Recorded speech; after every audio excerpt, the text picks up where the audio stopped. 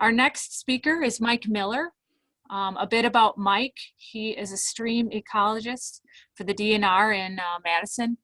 His recent work includes developing reference conditions benchmarks for a variety of physical, chemical, and biological measures used to assess stream health. He's involved in studies of the overall condition of stream resources in large watersheds like the Kickapoo River, and in developing monitoring networks to assess the influence of climate change on streams. And he works closely with the US EPA on regional stream monitoring projects and on assessing the extent of roadways fragment stream, how roadways fragment streams in the driftless area ecoregion. That was a tongue twister there. Mike's talk is called "It's the Little Things That Run the Streams, the Importance of Aquatic Invertebrates." And we're going to try something a little bit different here. He's going to share with us a video. So Mike, if you would like to share your screen, share video.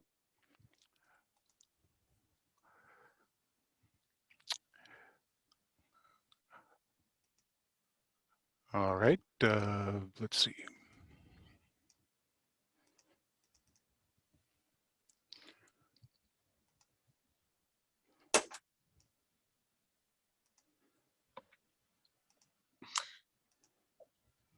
And while we're kind of waiting for Mike to get going here, again, you can put those questions in the Q&A tab, and I'll try to get to them if we have some time. All right, Mike, why don't you press play and let's see how this goes. All right, very good.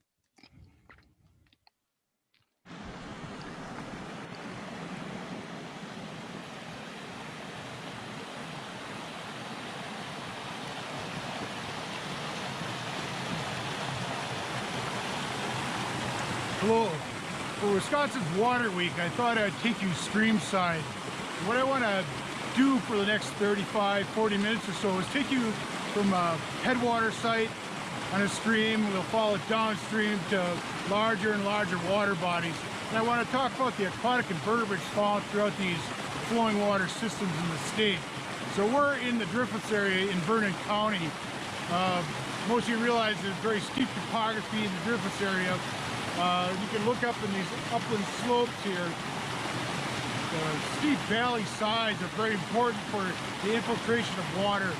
Anytime there's snow melt or rainfall, the water soaks into the ground on these hilltops and hillsides, and because of gravity moves down, and at the base of these valleys are expressed out of the sides of the valley bottoms via springs and seeps. Right now, we still have some snow cover in the state. This critically important for recharging our aquifers. In the summertime, when there's rainfall, much of that water is intercepted by the canopy cover of the trees, and either transpires or evapotranspires back up into the atmosphere.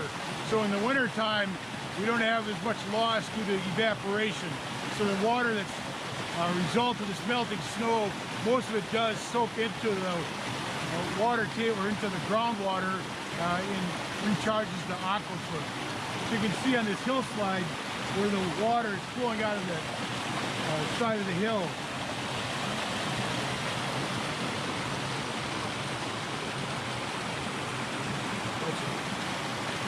Sorry.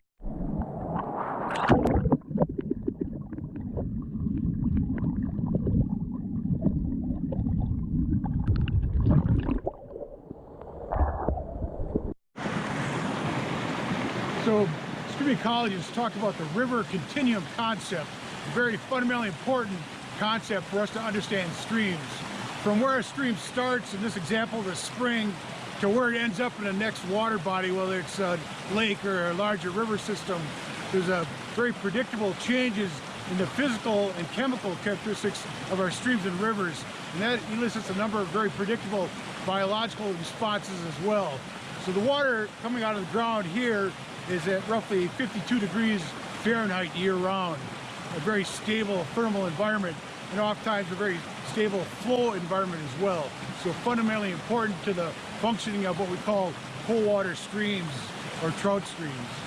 There's another key concept or a model that ecologists look at and the major determinants of stream health.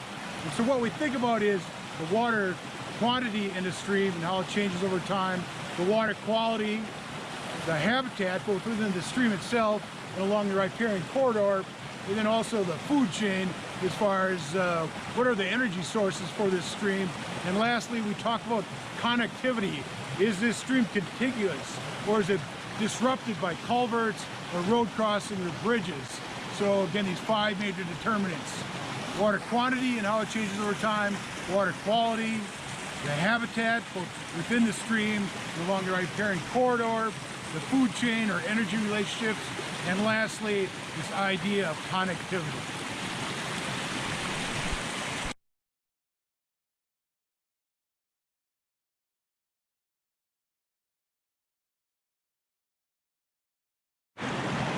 So back to this idea of the river continuum concept. Again, this idea that there's a lot of physical and chemical changes that happen, that change in a continuous fashion as we move downstream. In these headwater streams, they tend to be very narrow, so there's very little sunlight hitting the bottom of the stream. And so the key food source or energy source of these systems is organic matter that washes into the stream.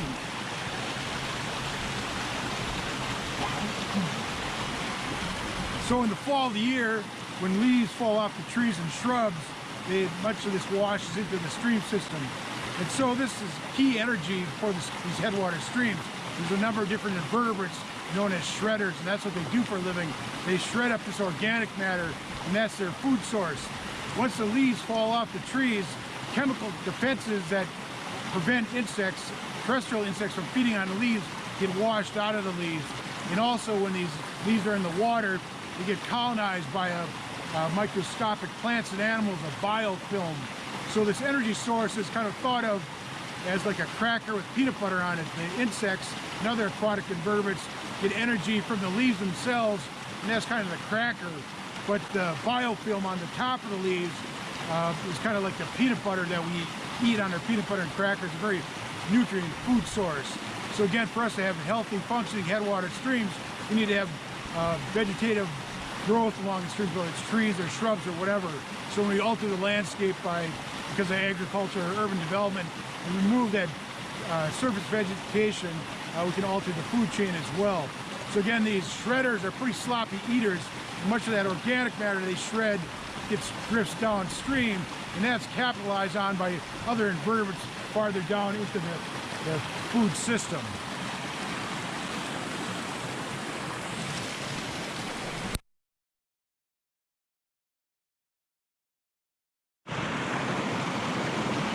So when we're assessing the health of a stream, there's a number of different physical, chemical, and biological measures we can collect. We oftentimes take water quality meters to get instantaneous measures of stream health. So I can tell you that the water temperature coming out of the ground, again, is roughly 52 degrees Fahrenheit. Excuse me. The conductivity of this water is very high. The water soaking in the ground is passing through sandstone and limestone and picking up all sorts of dissolved minerals that are in the rock structure itself. Other measures like dissolved oxygen. Right now, the dissolved oxygen at this spring head is about 6 parts per million. That's relatively low given this altitude we're at and the water temperature. Again, some of these groundwater sources are relatively deplete of oxygen, but very quickly, once the water reaches the surface of the land and it tumbles downstream, it's very quickly oxygenated. So if we would downstream 30 meters, we'd probably have somewhere around 10 or 12 parts per million dissolved oxygen. So again, all good key measures of stream health. Another thing we can do is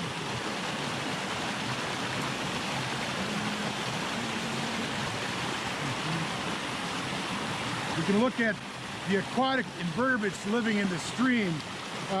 In these headwater sites, they tend to have very few species. These are kind of cryptically colored, so maybe difficult to see, but this tiny little kind of gravel little collection of sand grains is actually a case-building caddisfly's house. So caddisflies, like moths, have silk glands. They take silk and they take little pieces of substrate, whether it's stones or twigs or whatever, and make a house. This particular caddisfly is known as, the family name is Glossostomatidae. It's a grazer of the stream bed, and they're very pollution sensitive organisms, so anytime I see these types of caddisflies in the stream, I know we have a very healthy stream system.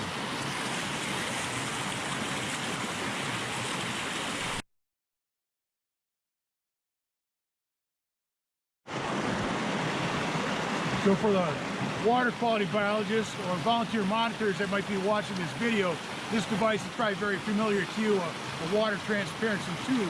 So for those not familiar, what we do is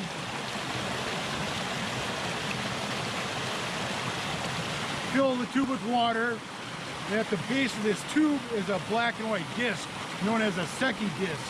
What the person does is sight down through the water column of water.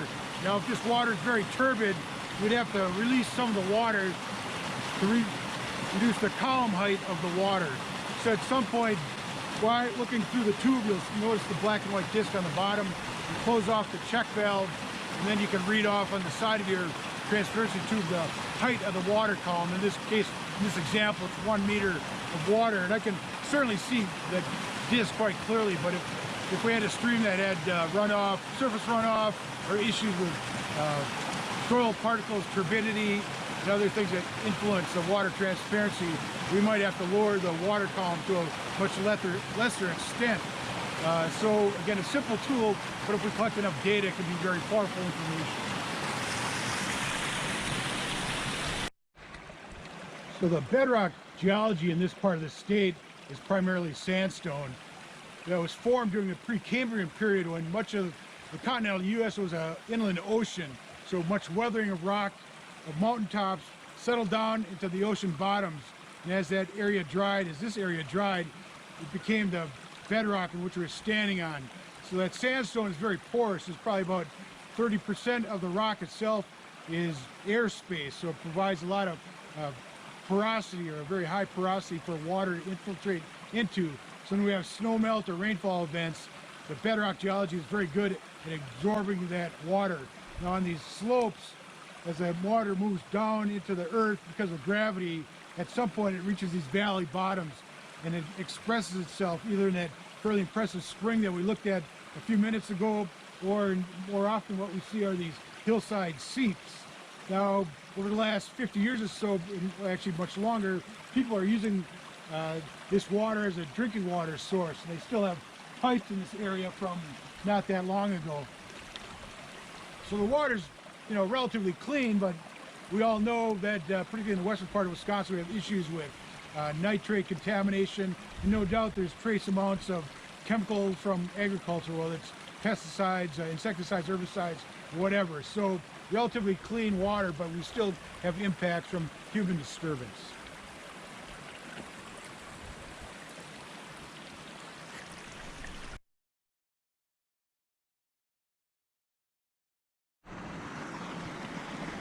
So we traveled downstream from our starting point, roughly about 100 meters. The stream's starting to widen. There's more opening in the canopy above us, allowing more sunlight to reach the stream bed. And as a result, we're starting to pick up more different plant species than what we saw at the headwaters, where I failed to mention we're just primarily aquatic mosses. So now we're picking up some vascular plants as well.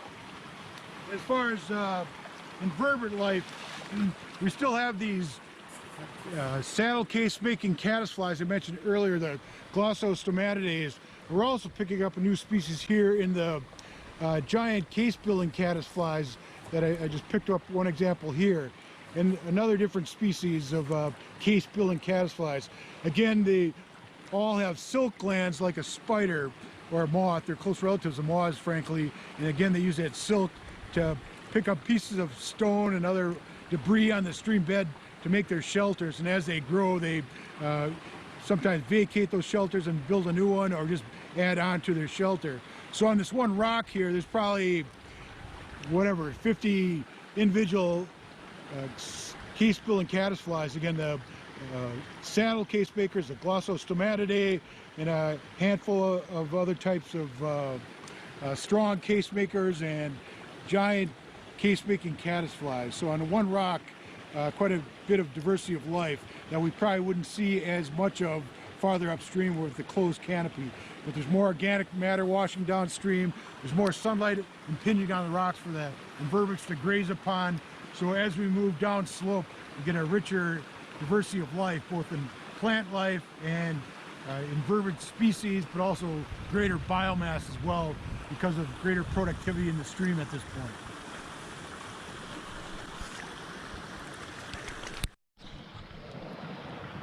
So we're about 30 meters downstream from the start of this stream. The gradient's still pretty steep, but the water isn't nearly as turbulent as it was right at the start of this stream, and you'll get some appreciation for the changes in habitat. Given the reduced slope and reduced water velocity, there's a little more sediment deposition on this part of the stream reach.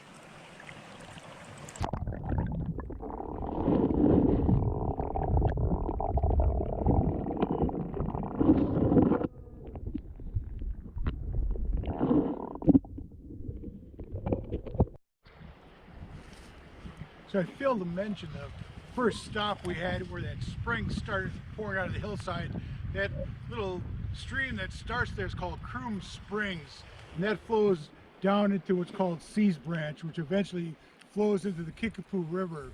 Again, we got this continuum of a small headwater stream, steep gradient, coarse substrate, and now we're slowly transitioning into more of a lower gradient environment. So as a result, the water velocity in Seas Branch is not nearly as fast as it was coming out of that spring and then in Croom Springs. So as a result, the stream has lost so much energy to carry silt downstream. So we're starting to see different habitat types in this stream. In Seas Branch, it's more of a silt bottom dominated site, or at least in this pool area. I should also back up and say that there's three major habitat types: springs, riffles, runs, and pools. So at that headwater site with very steep topography, it's nearly all riffle habitat. Coarse substrate where water's tumbling over the rocks, a high velocity environment, so silt is not likely to settle out there. For aquatic invertebrates, the interstitial spaces between rocks is fundamentally important habitat. Again, if it gets covered, filled in with silt, embeddedness is the term we use. If the stream bed becomes embedded, it becomes a much less rich habitat for aquatic invertebrates. Now, Seas Branch is still an extremely healthy stream. It's primarily a brook trout stream, a very sensitive fish species, but the stream here has more diversity of habitats. We're more in a run area here where the water depth is fairly uniform, the water velocity is fairly uniform. It's a little bit deeper than a spring and a little shallower than a pool. But again, to have a healthy stream, having heterogeneity of the habitats is very beneficial.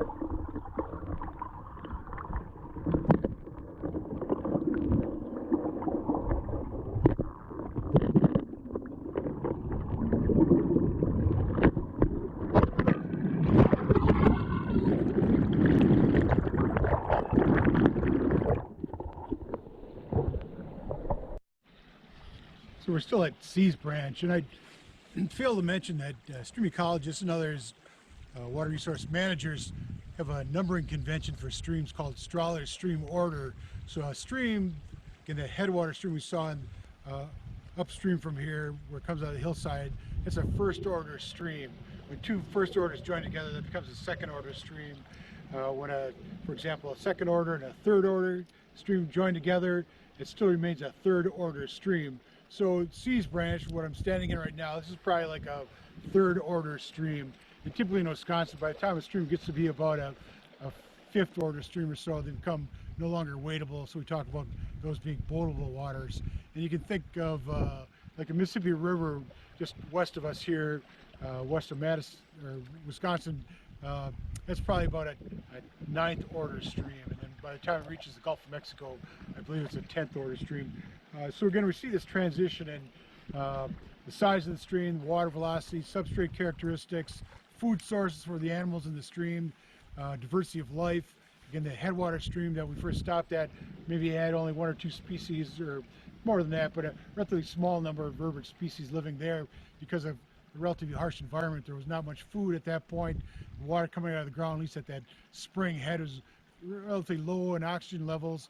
And another important thing for invertebrates, aquatic insects in particular, is they rely on some warming of the water to complete their life cycle, or at least be a trigger to them, an environmental cue for them to complete their life cycle, where in that headwater, the water temperatures are very stable throughout the year. So certainly certain aquatic invertebrates, and some of those being insects, can live in that type of very thermally stable, very cold environment.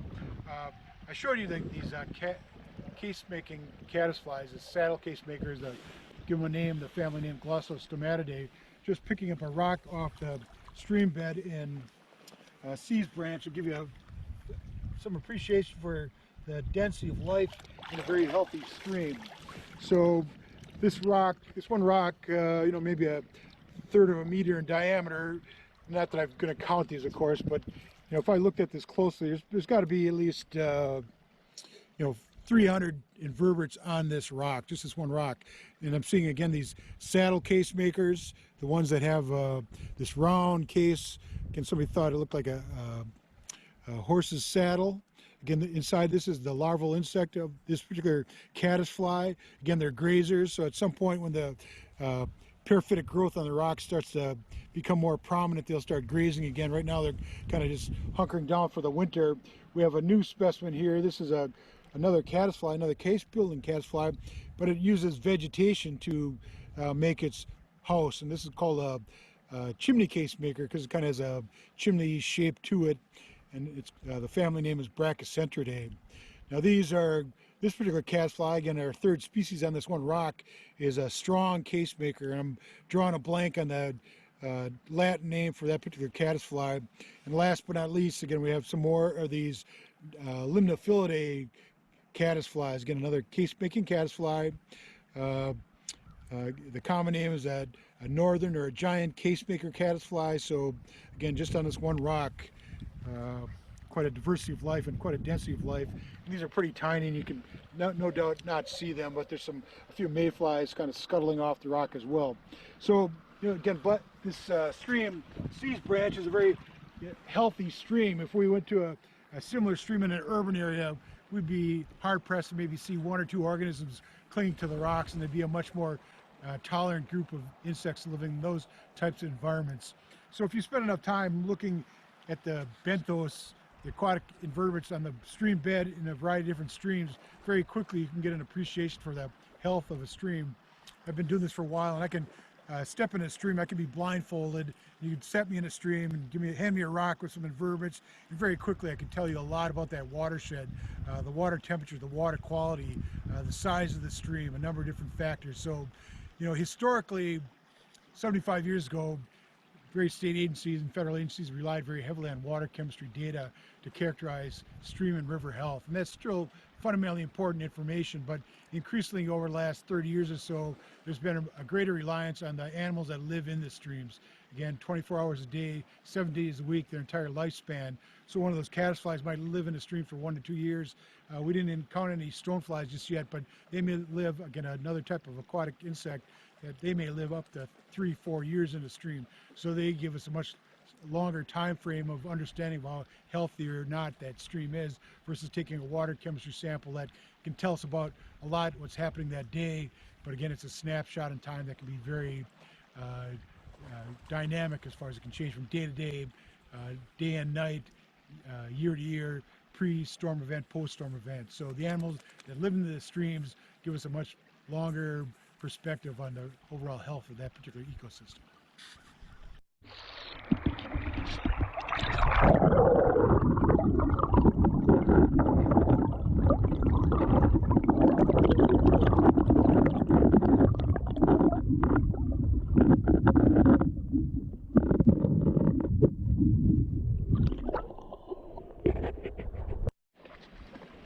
So we're still in C's branch, and we're at a small reach where the stream is widened up a little bit, and as a result the water's more shallow and the water velocity has decreased as well.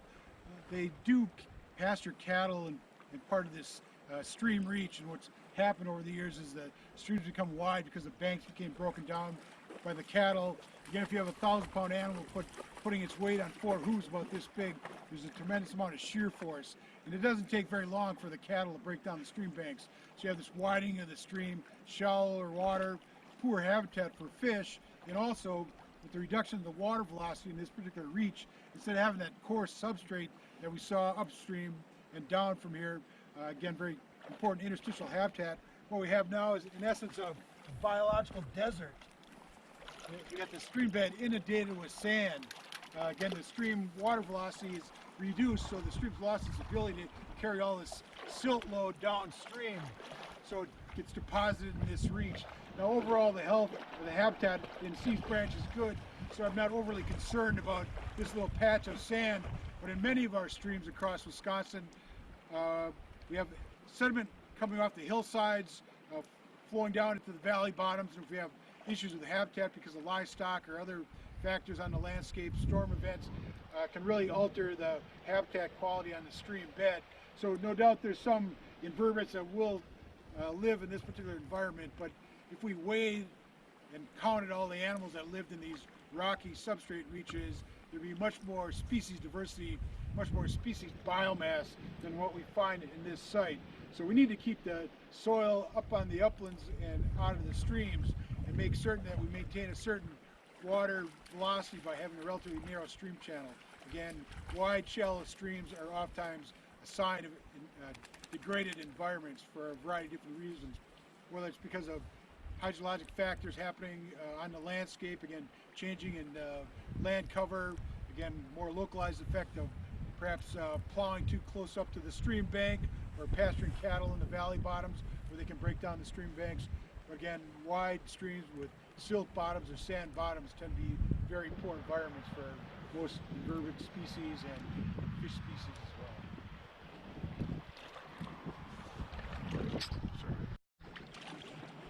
So you may have read statistics on the number of stream resources in Wisconsin, whether it's numbers of miles or numbers of individual streams or whatever. Oftentimes I see in the literature either the number 22,000 and 22,000 individual streams and about 42,000 miles of perennially flowing water. And also I see in the statistics a number of 84,000. So if you see those 42,000 versus 82,000, the distinction is, again, those 42,000 miles are perennial streams, those streams and rivers that flow year-round. And the number 84,000 includes ephemeral streams and intermittent streams. So the ephemeral streams are those that oftentimes flow in the springtime when there's runoff from snow melt, and then after once the snowpack's gone, then those streams will dry up. And then we can have intermittent streams that may flow certain times of the year depending on meteorological conditions, or you can have a stream that's intermittent that may be flowing for a few miles and then dries up, or at least there's no surface flow, and then it reappears again as surface flow somewhere farther down in the watershed. A kind of interesting thing about these ephemeral stream channels and intermittent stream channels is, people, when you have this kind of cursory look at the stream, kind of casual look at the stream, you see the flowing water and the fish and frogs and water striders, and that's all good information. That's part of the stream. But a term that stream ecologists often use is called a hyporeic zone. Hypo meaning below, and reic meaning moving. So that area below the moving water is critically important habitat. So in this stream reach here, where it's there's very little surface flow and it may dry up. As far as the surface flow is concerned, in a month or two, if we dug down several feet, there'd still be water flowing through that stream bed. So similarly to some other environments that we look at, that hyporheic zone is a very rich habitat for invertebrates. Again, if we weighed and counted all the different species, weighed the biomass of all those species, what we find in the hyporheic zone oftentimes exceeds what we'd find in the water column itself or on the stream bed. And I failed to mention as well, and it's kind of difficult to see in a snowy environment, but the interface between the water and the land, again, the stream and the uplands, that ecologists refer to that as the ecotone. Anytime two distinctly different environments butt up against one another, that's called an ecotone. You can think of a forest and a prairie, or an example here, the stream and the uplands. Similarly, if we counted and identified the species and weighed all the species biomass, we'd find a much more richer environment along that land-water interface than what we'd find in the uplands or in the stream itself. So if we're concerned about the healthy functioning of the streams, we really need to focus great attention on these land-water interfaces, these ecotones, if we want to maintain that stream productivity. So it's not just what's living in the water, but that land-water interface is fundamentally important as well.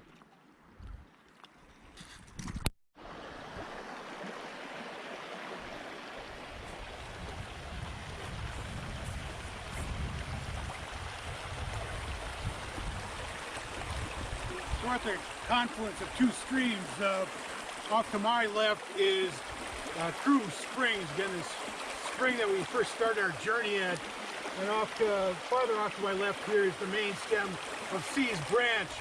Again, the water coming out of Croom Springs is probably, the vast majority of it is groundwater, and I can literally feel the water temperature difference between this branch and the main stem over here. This actually being a little cooler. It's had a longer flow path to cool off to the ambient air temperature. So again, thermally, these springs have a very important effect on the stream, dampening any weather influences. So this time of year, in winter time, the water is still flowing year round. They're not frozen solid. And then in the summertime, excuse me, say the dog days of August when it's 90 degrees out, this stream will still be relatively cool. So many fish species and invertebrates rely on a very cool, stable thermal or warm. You contrast that with summer temperatures. And looking at the invertebrate life, similarly, what I saw earlier, this rock is not a great example, but I'm still seeing a number of different caddisflies, primarily. No doubt there's mayflies and other species in this stream. There's some mayflies right there that I'm unlikely to see, but I can see them scuttling along on the top of the rock. Very tiny, but so that's the mayflies. Actually, it's a very immature stonefly. Not that you can see it in the camera, but again, the point is a variety of different species found in this reach relative to the headwaters. Again, the farther we travel downstream, we might pick up a few more species. In general, there's this kind of unimodal distribution where in headwater streams, kind of in some respects a harsh environment, not a lot of food and habitat, with relatively few species. As we move downstream, the number of species increase as we have more habitat types, more food sources. Then at some point, we're going to hit that asymptote, and the species richness is going to start to decline. So we can think of our last stop in the Kickapoo River.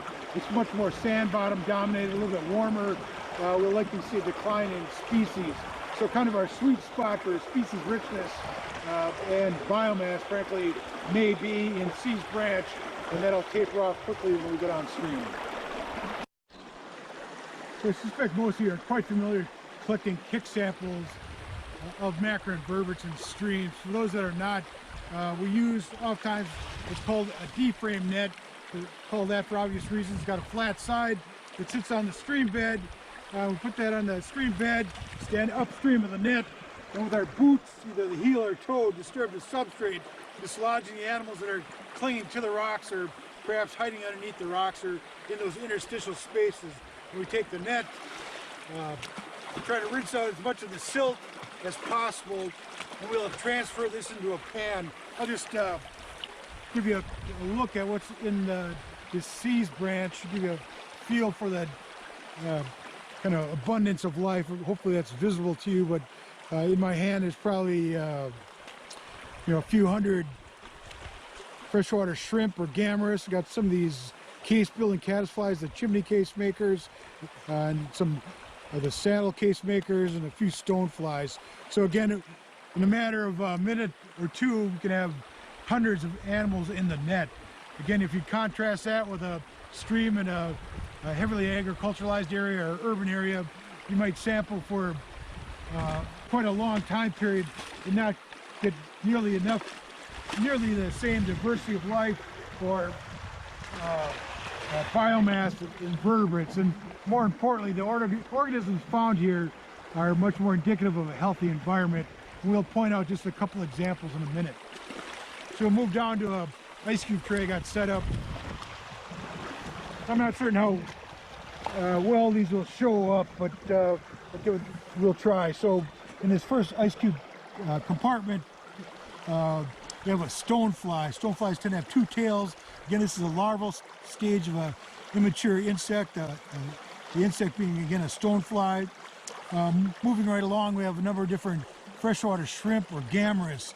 So those are crustaceans. They're not an insect. They're not going to fly off as a winged adult at some point like the stoneflies will. Again, we've seen a number of different caddisflies already. Just another example of the caddisfly. Again, this one being a strong case builder and pretty tiny, but I'll point it out anyway.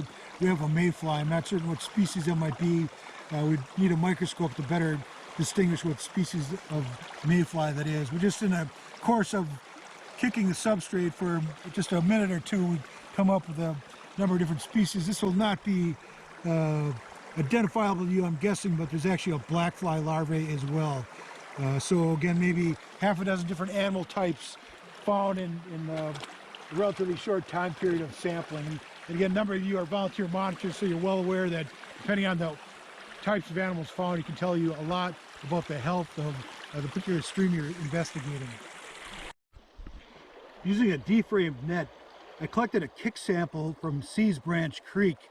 It only took me about maybe a minute, certainly less than 2 minutes, and you can see the variety of life in this cold water stream, Seas Branch. I'm seeing a stonefly sitting on the surface right now, caught in the surface film. There's a number of freshwater shrimp or gammarus. I can see a black fly larvae attached to the bottom of the sampling pan. There's another one. There's a model, or there's a sculpin here. I'm not certain if it's a mottled sculpin or a slimy sculpin. They both co-occur in this part of Wisconsin in the driftless area. But again, you can get some appreciation for the diversity of life here and the sheer biomass of invertebrates as well. So shrimp, other types of case-building caddisflies, of Brachycentridae. I'm seeing at least 2 or 3 different species of mayflies, midge larvae on the bottom of the pan. So again, a very diverse species assemblage in this particular stream reach.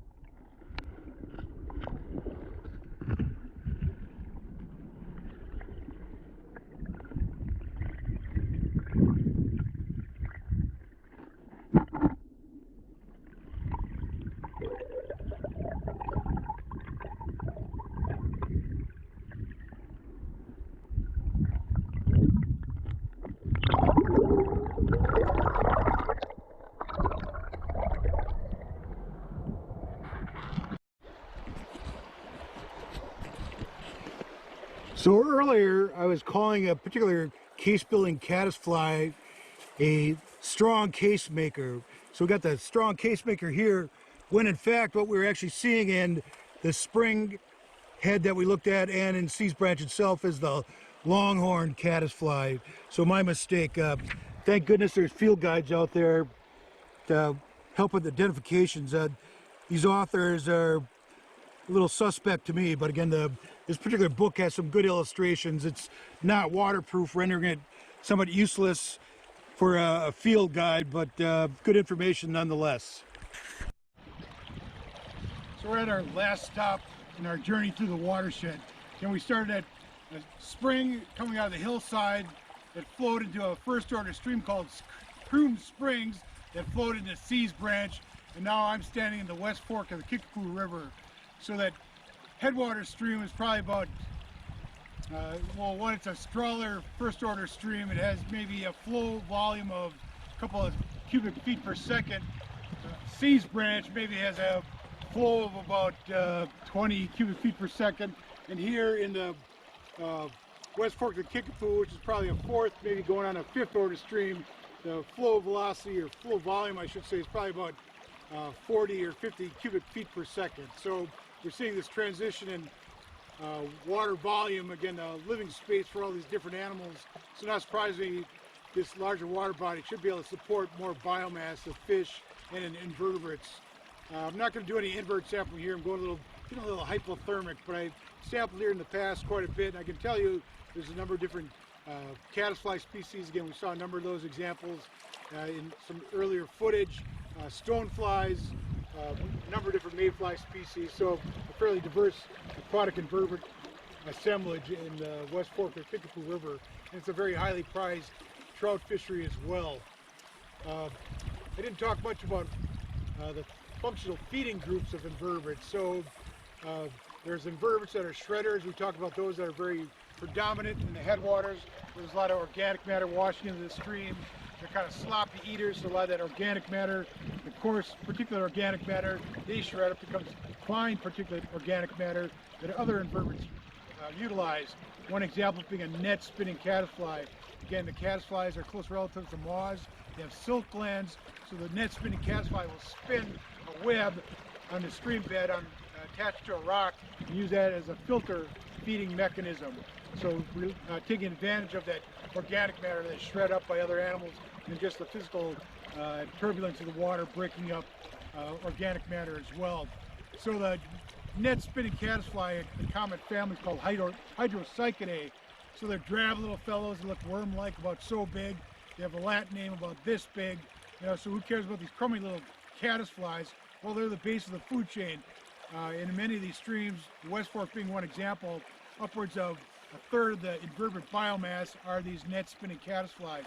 So if we lose those caddisflies because of pollution from agriculture or sedimentation because of agriculture or other practices, again, if we lose those caddisflies, which make up a third of the benthic biomass, say goodbye to a third of the fish biomass, a third of the kingfisher biomass, a third of the mink biomass, farther up the food chain. So again, those aquatic invertebrates at the base of the food chain converting organic matter into insect tissue are fundamentally important. And they are preyed upon by other invertebrate predators as well. So again, we have shredders, we have filter feeders, we have collectors that will collect debris off the bottom or material that the shredders have created. These filter feeders, and then we have predators. So we see a natural transition in the different types of invertebrates living in our streams as well. And they all kind of follow a very predictable continuum from the headwaters to shredders and some grazers to more grazers, more collector gatherers, more filter feeders, and then in these lower reaches we might have a broad component of all of those. So again, this idea of the physical transitions, we've gone from a narrow shaded stream to a one where there's much more sunlight impinging on the stream bed, so we'd expect to see more grazers. From a water temperature perspective, the stream has traveled roughly 5 miles since we first started our journey, and it's gone through a impoundment, so it's had some warming as well in Seas Branch. So we've gone from a thermally stable 52-degree environment to one that's going to be much more influenced by ambient air temperatures, but this stream will still stay well below 75 degrees in the summertime, some shallow waters excluded. We've seen some storm events in this watershed over the last 10 years that have created very much wider stream channel than what we've seen in the past, and so that can be detrimental as far as water warming is concerned. There's less habitat in these broad, shallow streams relative to narrow, deep streams, so as climate changes, that could have some real profound effects on the physical features of this stream as well. So it's fundamentally important that we protect these riparian corridors so they're more resilient to temperature changes, whether it's ambient air temperatures or the warming of the water.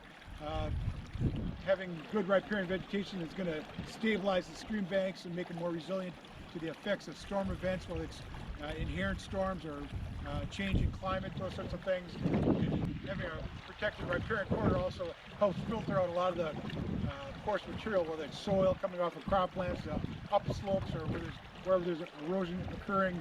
So again, maintaining the riparian buffer and the overall health of the land cover to begin with is fundamentally important to the functioning of these streams.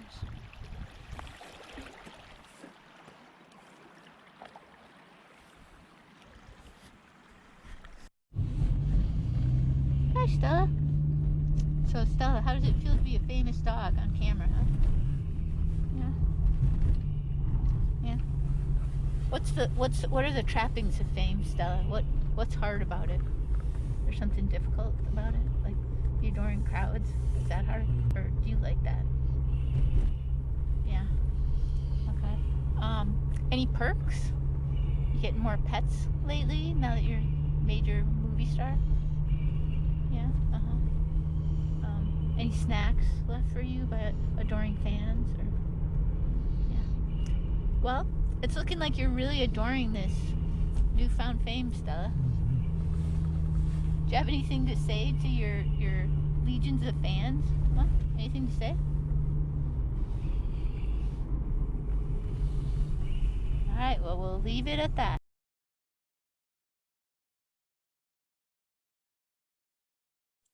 Okay, Mike, thank you for that presentation. That was really wonderful. Just quickly, I know we're running over and we got to go to break here, but the camera you used, I believe you said it was a GoPro, right? Yes, sorry, I had to unmute. Yes. Okay, great. Was- You had a lot of comments, and I love the reference to your book. A shameless plug. just for the record, I don't get any compensation for the sale of that book. So Yeah. All right, great. Well, we're going to head into break here. I appreciate everybody tuning into this presentation. I think it was well worth having the video going. And we'll see you back here at 10 o'clock. Thank you.